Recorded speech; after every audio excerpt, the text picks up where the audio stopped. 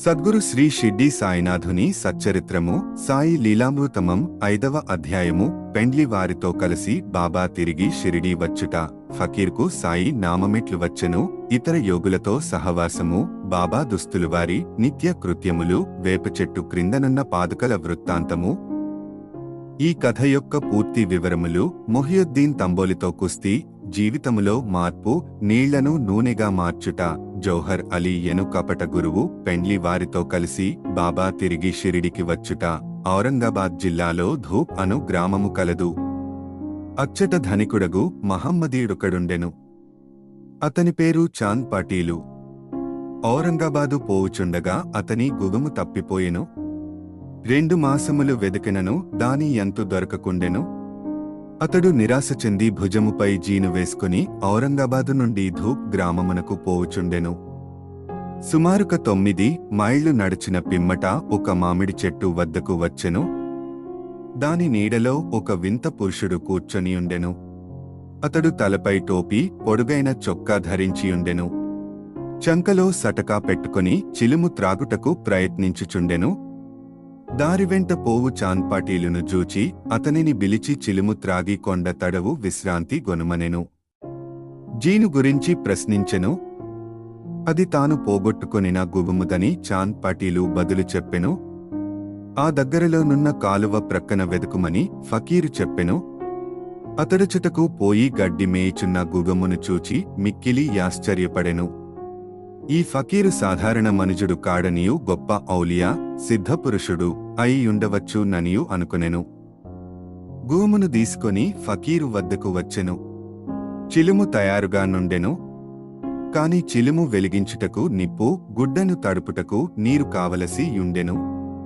ఫకీరు సటకాను భూమిలోనికి గ్రుచ్చగా నిప్పు వచ్చెను మరల అక్కడే సటకాతో నేలపై మోదగా నీరు వచ్చెను ఫకీరు చాపి గుడ్డముక్క ఆ నీటితో తడిపి నిప్పుతో చిలుమును వెలిగించెను అటుల సిద్ధమైన చిలుమును ఆ ఫకీరు తాను పీల్చి తరువాత చాంద్ పాటీలు కందించెను ఇదంతయు జూచి చాంద్ పాటీలు ఆశ్చర్యచకితుడయ్యెను ఫకీరును తన గుహమునకు అతిథిగా రమ్మని చాంద్ పాటీలు వేడెను ఆ మరుసటి దినమే ఫకీరు పాటీలు ఇంటికి పోయి ఎచ్చట కొంతకాలముండెను ఆ పాటీలు గ్రామమునకు మునసబు అతని భార్య తమ్ముని కొడుకు పెండ్లి సమీపించెను పెండ్లి కూతురిది షిరిడీ గ్రామము అందుచే కావలసిన సన్నాహములన్నీ చేసుకుని పాటీలు షిరిడీ ప్రయాణమయ్యెను పెండ్లివారితో కలిసి ఫకీరు కూడా బయలుదేరెను ఎట్టి చిక్కులు లేక వివాహము జరిగిపోయెను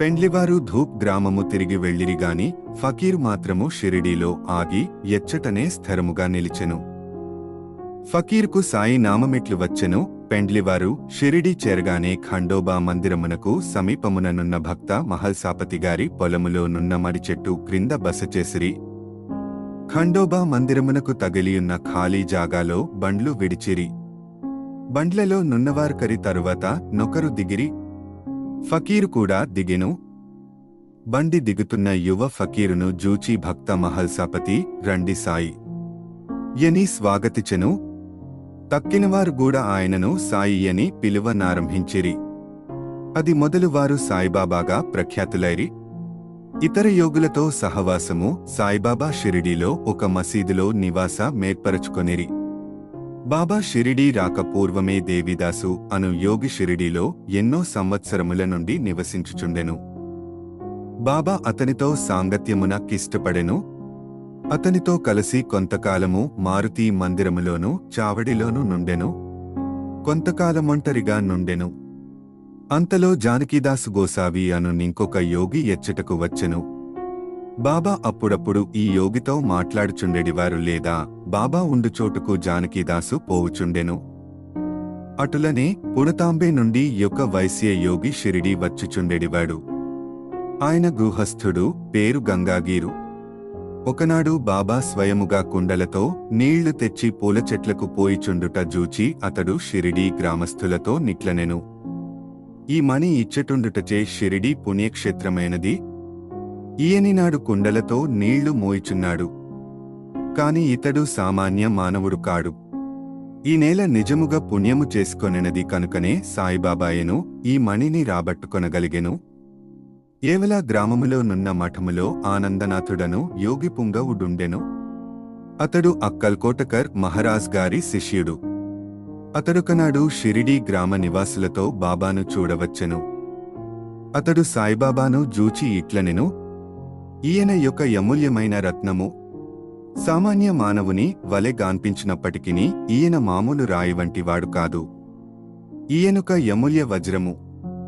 ముందు ముందు ఈ సంగతి మీకే తెలియగలదు. ఇట్లనుచు ఆనందనాథుడు తిరిగి ఎవలా వెళ్ళెను. ఇది శ్రీ సాయిబాబా యౌవనమున జరిగిన సంగతి. బాబా దుస్తులు, వారి నిత్యకృత్యములు. యౌవనమునందు బాబా తమ తల వెంట్రుకలు కత్తిరించుకొనక జుట్టు పెంచుచుండెను. పహిల్వానువలె దుస్తులు వేసుకొనెడివారు.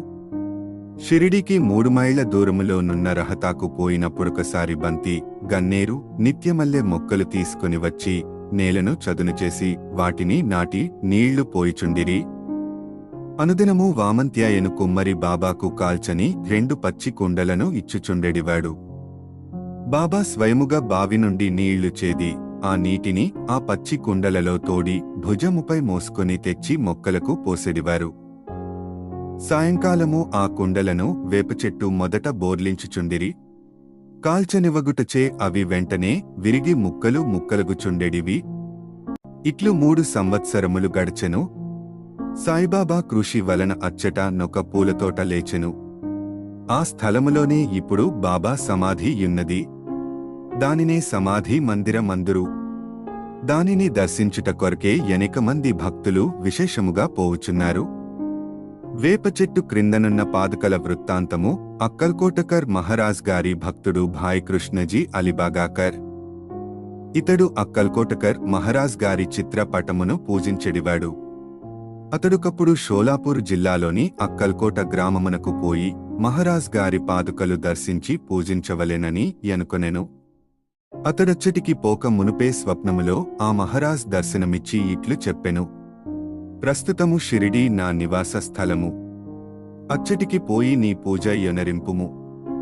అందుచే అక్కల్కోట పోవలెనను తన నిర్ణయమును మార్చుకొని భాయ్ కృష్ణజీ షిరిడీ చేరి బాబాను పూజించి అచ్చటనే 6 మాసములు ఆనందముతో గడిపెను. దీని జ్ఞాపకార్థము పాదుకలు చేయించి శ్రావణ మాసములో నొక శుభదనమున వేపచెట్టు క్రింద ప్రతిష్ఠ చేయించెను.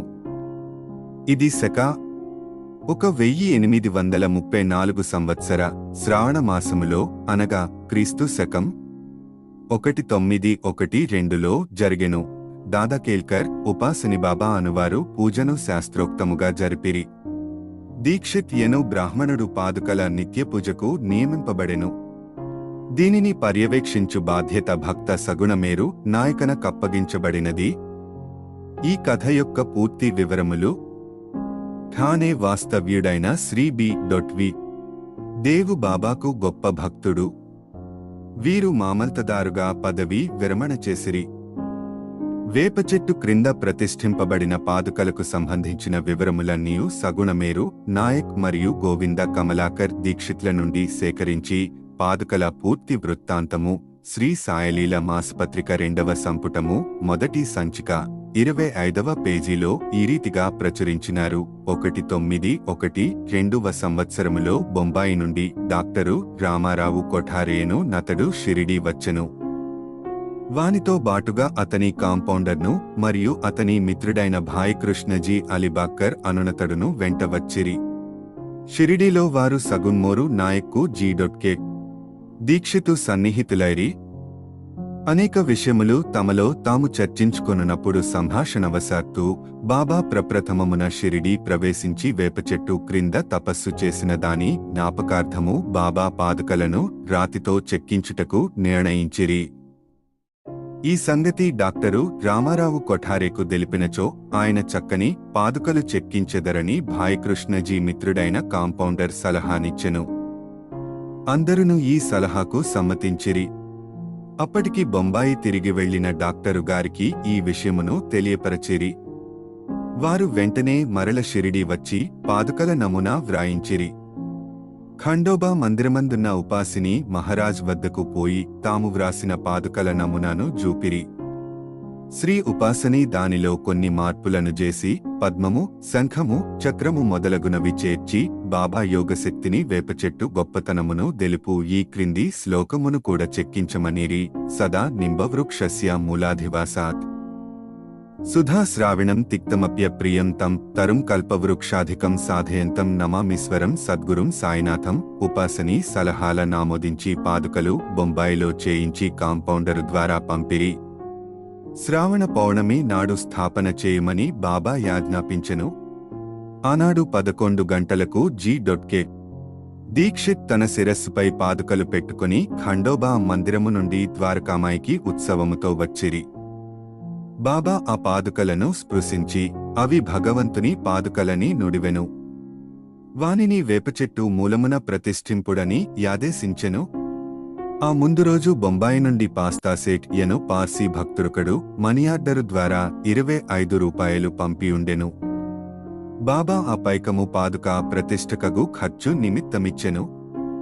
మొత్తము 100 రూపాయలు ఖర్చైనవి. అందులో 75 రూపాయలు చందాల ద్వారా వసూలు చేసిరి. మొదటి 5 సంవత్సరములు G.K. దీక్షిత్ ఈ పాదుకలకు పూజ చేసెను. తరువాత లక్ష్మణ్ కచేశ్వర్ జాఖ్యను బ్రాహ్మణుడు నానునామ పూజారి పూజ చేయుచుండెను. మొదటి 5 సంవత్సరములు నెలకు 2 రూపాయల చొప్పున డాక్టర్ కొఠారే దీపపు ఖర్చు నిమిత్తము పంపుచుండెను. పాదుకల చుట్టూ కంచె కూడా పంపెను. ఈ కంచెయు పై కప్పును కోపర్గాం స్టేషన్ నుండి షిరిడీ తెచ్చుటకు 7 రూపాయల ఖర్చు సగున్మోరు నాయక్ ఇచ్చెను. మొట్టమొదట భాయ్ కృష్ణ అక్కల్కోటకర్ మహారాజ్ భక్తుడు 1912వ సంవత్సరములో వేపచెట్టు క్రింద పాదుకలు స్థాపించినప్పుడు అక్కల్ కోటకు పోవుచు మార్గమధ్యమున షిరిడీ యందు దిగెను.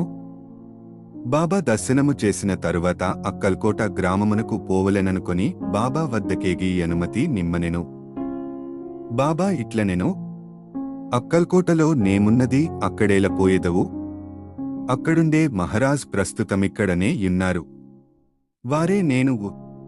ఇది విని భాయ్ కృష్ణజీ అక్కల్కోట వెళ్ళుట మానుకొనెను.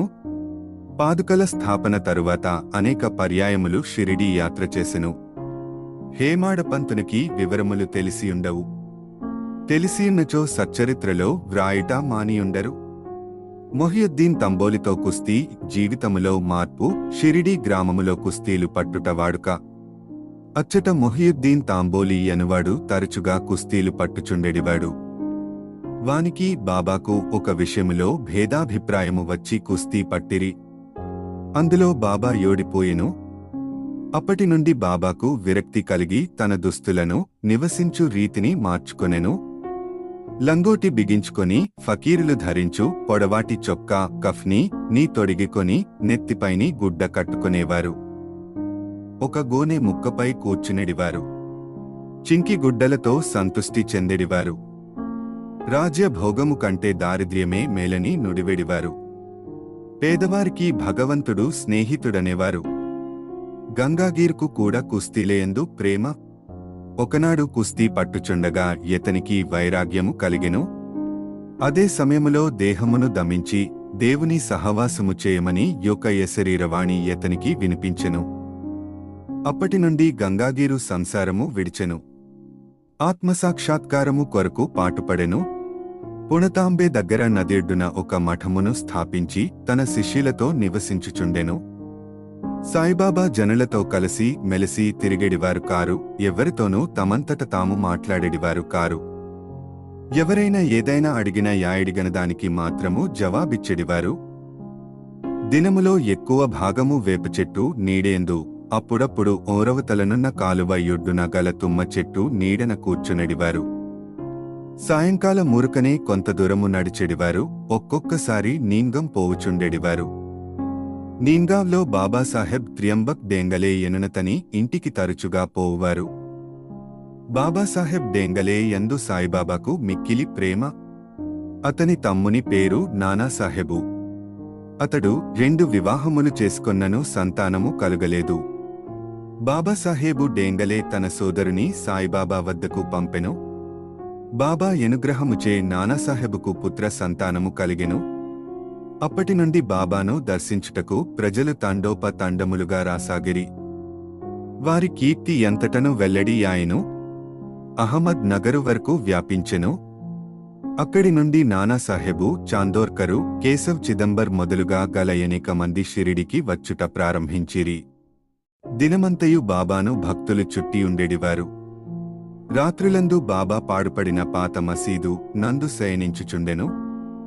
పొగ పీల్చుకును చిలిం గొట్టము, కొంత పొగాకు, ఒక రేకు డబ్బా, కఫ్నీ, తలగుడ్డ ఎల్లప్పుడు దగ్గర నుంచుకొను సటక, చేతికర్ర మాత్రమే అప్పటిలో ఆయనకున్న సామానులు.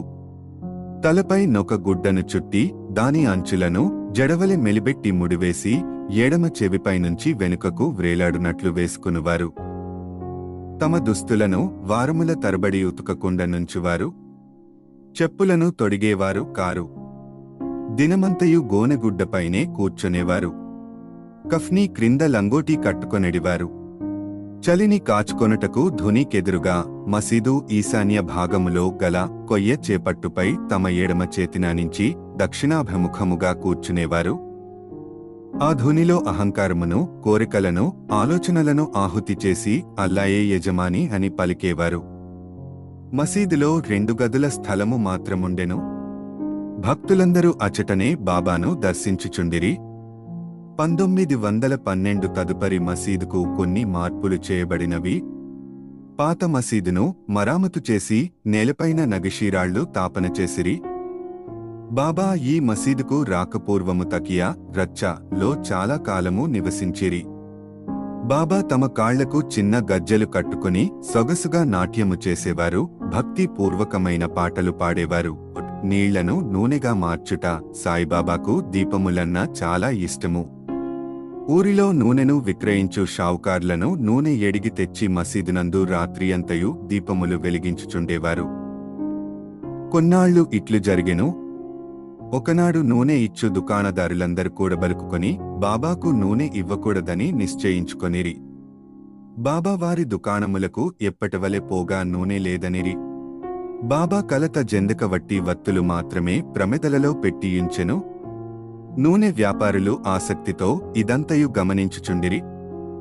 అడుగున 2-3 నూనె చుక్కలు మిగిలియున్న తమ రేకు డబ్బాలో నీటిని పోసి కలియబెట్టి ఆ నీటిని త్రాగివేసిరి. ఈ విధముగా ఆ రేకు డబ్బాలోని నూనె అవశేషమును పావనము చేసిన పిమ్మట మరల డబ్బాతో నీరు తీసుకొని యా నీటిని ప్రమిదలలో నింపెను. దూరముగా నిలిచి పరీక్షించుచున్న దుకాణదారులు విస్మయమొందునట్లు ప్రమిదలన్నీయు తెల్లవారుదాకా చక్కగా వెలుగుచుండెను. ఇదంతే జూచి ఆ షావుకార్లు పశ్చాత్తాపపడి బాబాను మన్నింపుమని కోరిరి. బాబా వారిని క్షమించి ఇకపైనైనను సత్యమునంటిపెట్టుకొనుడని హితవు చెప్పి పంపివేసిరి. జౌహర్ అలీ యను కపట గురువు పైన వివరించిన కుస్తీ జరిగిన 5 ఏండ్ల తరువాత అహ్మదునగరు నుండి జౌహర్ అలీ యను ఫకీరొకడు శిష్యులతో రహతా వచ్చెను. వీరభద్ర మందిరమునకు సమీపములోనున్న స్థలములో దిగెను. ఆ ఫకీరు బాగా చదువుకున్నవాడు, ఖురానంతయు వల్లించగలడు, మధుర భాషణుడు. ఆ ఊరిలోని భక్తులు వచ్చి వానిని సన్మానించుచు గౌరవముతో చూచుచుండెడివారు. వారి సహాయముతో వీరభద్ర మందిరమునకు దగ్గరగా ఈద్గా యను గోడను నిర్మించుటకు పూనుకొనెను. ఈదుల్ ఫితర్ అను పండుగనాడు మహమ్మదీయులు నిలుచుకొని ప్రార్థించు గోడయే ఈద్గా. ఈ విషయములో వివాదము లేచి అది ఘర్షణలకు దారితీసెను. దానితో జౌహర్ అలీ రహతా విడిచి షిరిడీ చేరి బాబాతో మసీదునందుండ సాగెను. ప్రజలు వాని తీపిమాటలకు మోసపోయిరి. అతడు బాబాను తన శిష్యుడని చెప్పువాడు. బాబా ఎందుల కడ్డు చెప్పక శిష్యునివలెనే మసలు కొనెను. తరువాత గురు శిష్యులిద్దరూ రహతాకు పోయి అచ్చట నివసించుటకు నిశ్చయించుకొనిరి. గురువునకు శిష్యుని శక్తి ఏమీయూ తెలియకుండెను. శిష్యునికి మాత్రము గురువు యొక్క లోపములు బాగా తెలియను. అయినప్పటికీ బాబా ఆ కపట గురువునెప్పుడు అగౌరవించక శిష్య ధర్మమును శ్రద్ధగా నెరవేర్చుచుండెడివారు. అప్పుడప్పుడు వారిరువురు షిరిడికి వచ్చి పోవుచుండెడివారు, కాని అధికముగా రహతాలోనే నివసించేవారు.